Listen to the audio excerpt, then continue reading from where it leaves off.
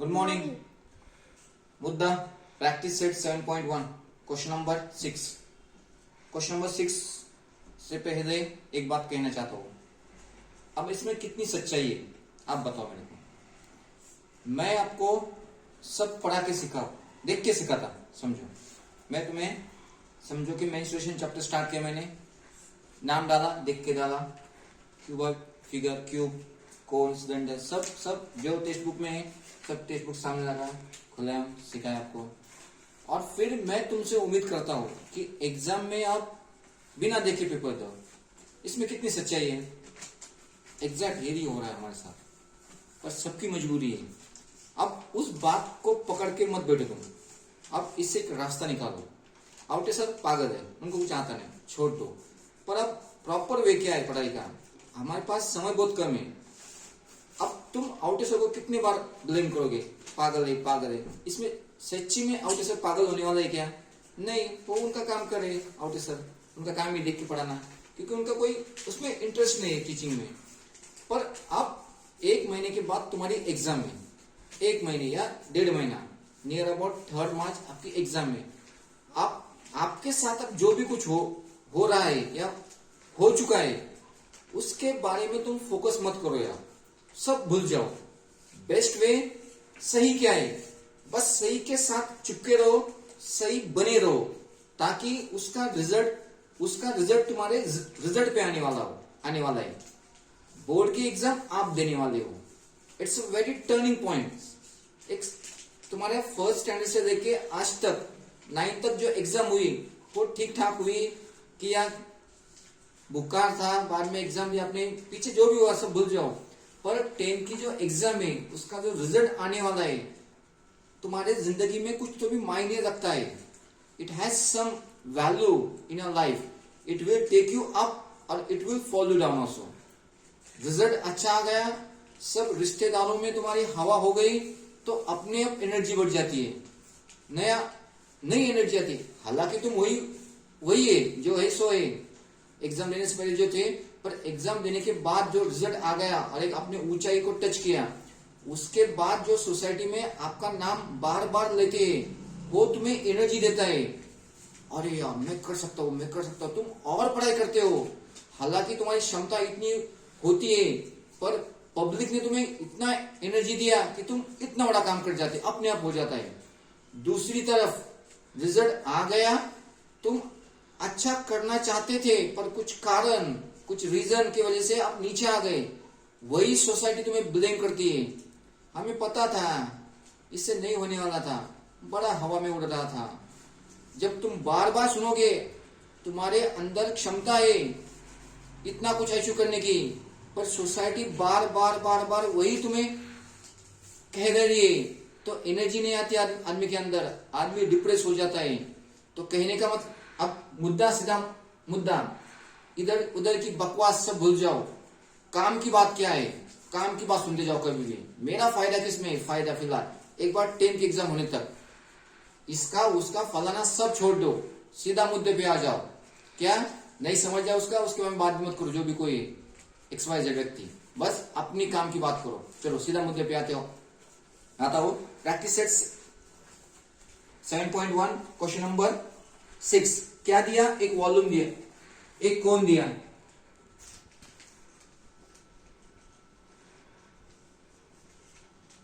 इसकी radius 3.5 text book में है, और इसकी हाइट दिया 10 सेंटीमीटर, और दूसरी तरफ एक सिलेंडर दिया, ठीक है। इसकी हाइट 10 सेंटीमीटर और इसकी रेडियस 7 सेंटीमीटर। क्या पूछा, observe the measure of the pots in figure 7.8 and 7.9, how many jugs of water can the cylinder pot hold. सिर्फ जो 2 ऑब्जेक्ट है उनकी हाइट सेम होना जरूरी है। एक मेरे पास एक कोन, एक ही सिलेंडर, दोनों की हाइट सेम है, ठीक है। अब क्या पूछा, इस सिलेंडर को फिलअप करना है, किसके जग बोलो या कोन की मदद से इसको फिलअप करना है। तो कितने जग, समझो पानी, कितने जग इसके अंदर पानी के डाले तो सिलेंडर पूरा का पूरा फिलअप होने वाला है। तो बेस्ट वे क्या ढूंढना है, बस हमें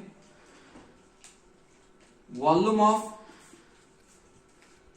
cylinder upon volume of cone. क्या करना है? Volume of cylinder upon volume of cone. Volume of cylinder का फॉर्मूला क्या है? Pi r square h. Volume of cone का फॉर्मूला क्या है? 1/3 volume of cylinder pi r square H.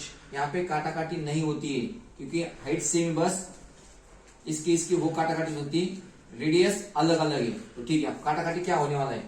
Pi pi same है, कट हो गया। हाइट दोनों की भी सेम है, कट हो गया। 1/3 ने उड़ी मार के कहां पे गया? ऊपर गया, 3 ऊपर गया। 3 आर स्क्वायर अपॉन नीचे क्या है? वॉल्यूम। अब क्या बचा? 1 इंटू आर स्क्वायर। ठीक है, अब ऊपर वॉल्यूम ऑफ सिलेंडर, इसकी रेडियस कितनी है?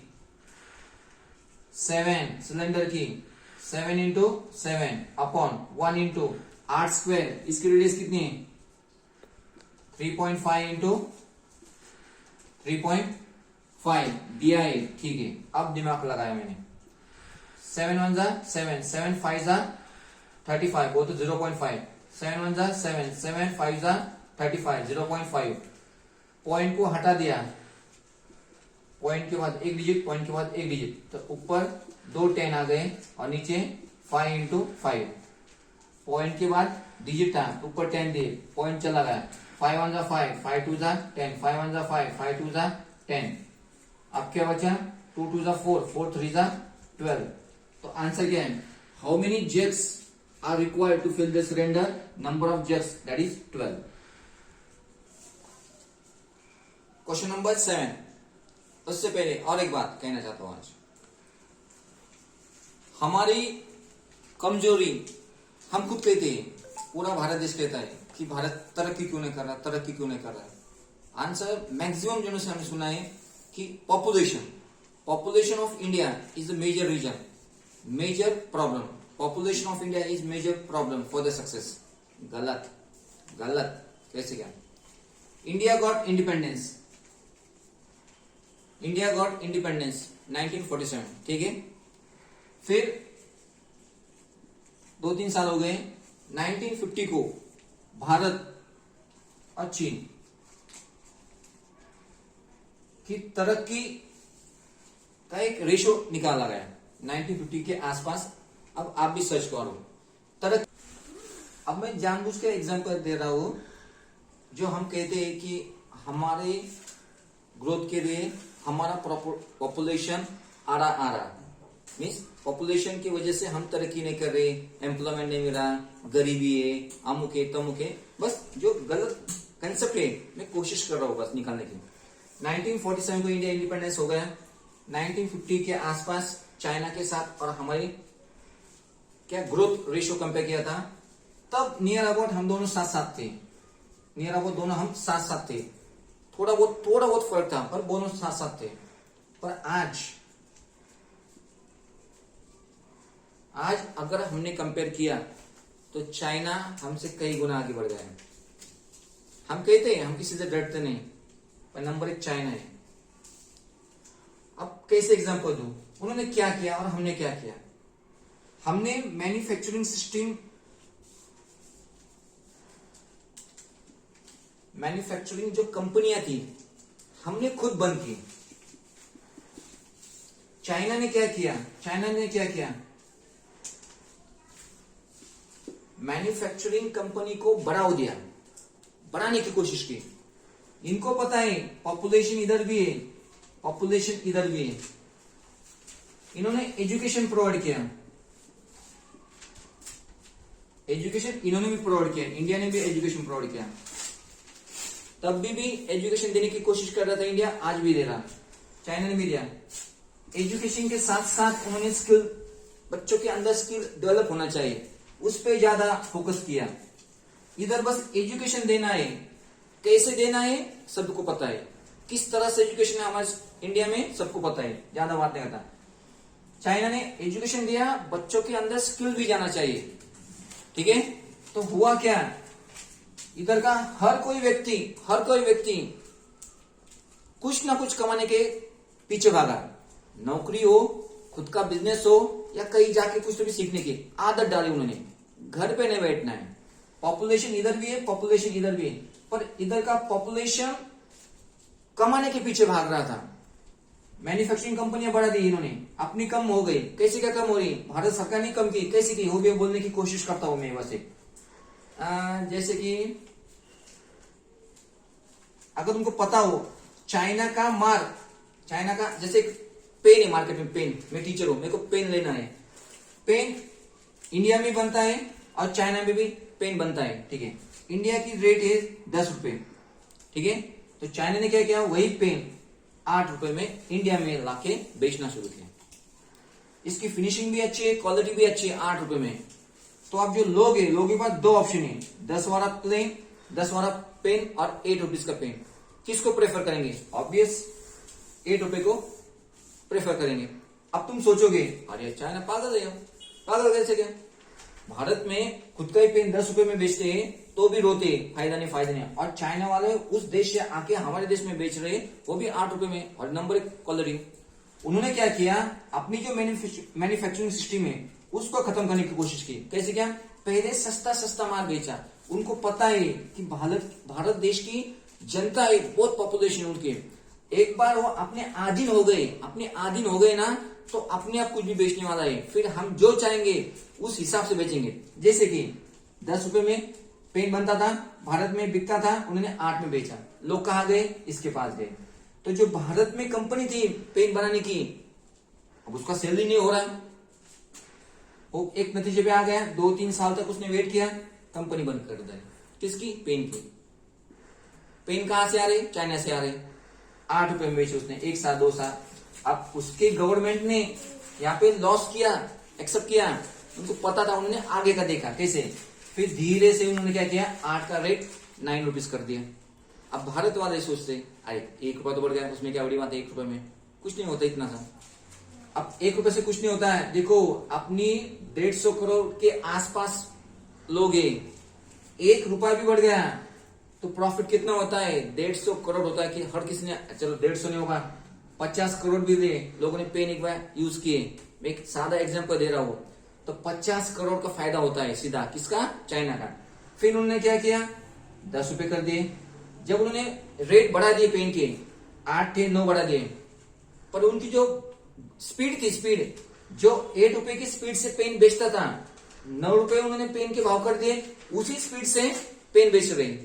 अरे फिर उन्होंने क्या किया, 10 रुपए कर दिए, तो भी लोगों को कुछ एहसास नहीं, उसी स्पीड से जा रहे। जो 8 रुपए की स्पीड से पेन बेचते थे वो 9 रुपए करके देखे तो भी स्पीड जा रही, वही स्पीड से जा रहे। 10 रुपए करके देखा, वही स्पीड से पेन बेच रहे। अरे वाह। और 2-4 महीने के बाद उन्होंने 11 रुपए कर दिए। अब इंडिया के लोग थोड़े अलर्ट हो गए, अरे अब उनका पेन तो 11 रुपए में हो गया, हमारे भारत में 10 रुपए को मिलता है। फिर लोग किसके पास आ गए? इंडिया वालों के पास आ गए। अब वो कंपनी तो बंद हो चुकी है ऑलरेडी पहले से ही, पर बचे हुए कुछ पेन होते दुकानदार ने दिया उसको, 10 रुपए में पेन दिया।